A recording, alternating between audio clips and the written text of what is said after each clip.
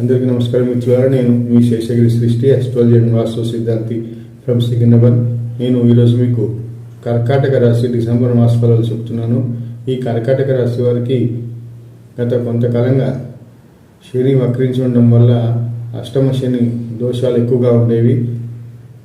గత నవంబర్ 29న ఈ బాధ తొలగిపోవడంతో వీరికి కొంత ప్రోత్సాహకరంగా ఉంటుంది. ఈ మాసం అనుకున్న అన్ని పనులు కూడా ఏమాత్రం ఇక తిరుగు లేకుండా ఎదురు లేకుండా జరిగిపోతుంటాయి.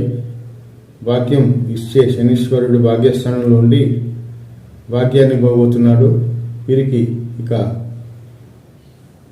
గురుబలం కొంత లోపించడంతో ఆర్థిక సమస్యలు తప్ప మిగతా అన్ని విషయాలలో అనుకూలంగానే ఉంటుందని చెప్పవచ్చు. ఈ గురువు కూడా వ్యయంలో ఉండి వక్రించడం వల్ల వీరికి కొంత ఖర్చులు ఎక్కువగా అవుతుంటాయి. రావాల్సిన డబ్బులు కొంత ఆలస్యమైనప్పటికీ ఖర్చు అవ్వాల్సిన డబ్బులు మటుకు ఏమాత్రం ఆలస్యం లేకుండా ఖర్చు అయిపోతుంటాయి.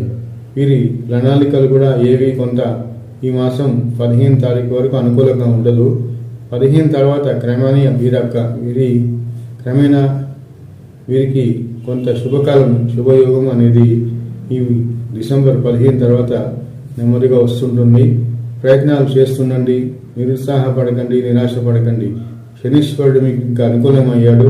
ఈ మాసం నుంచి అన్ని శని అనుకూలమైన ఉంటాయి. అయితే అష్టమంలో రాహు ఉండడం వల్ల కొద్దిగా ప్రతికూలతలు ఉండవచ్చు.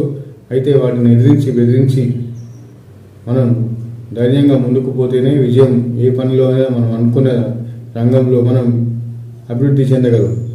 ఇక కుజుడు ఉండడం వల్ల కూడా కొంత సంతానమూలక సమస్యలు, మనో విచారాలు, టెన్షన్స్ ఇవన్నీ కూడా కొంత ఎక్కువగా ఉంటాయి ఈ మాసం.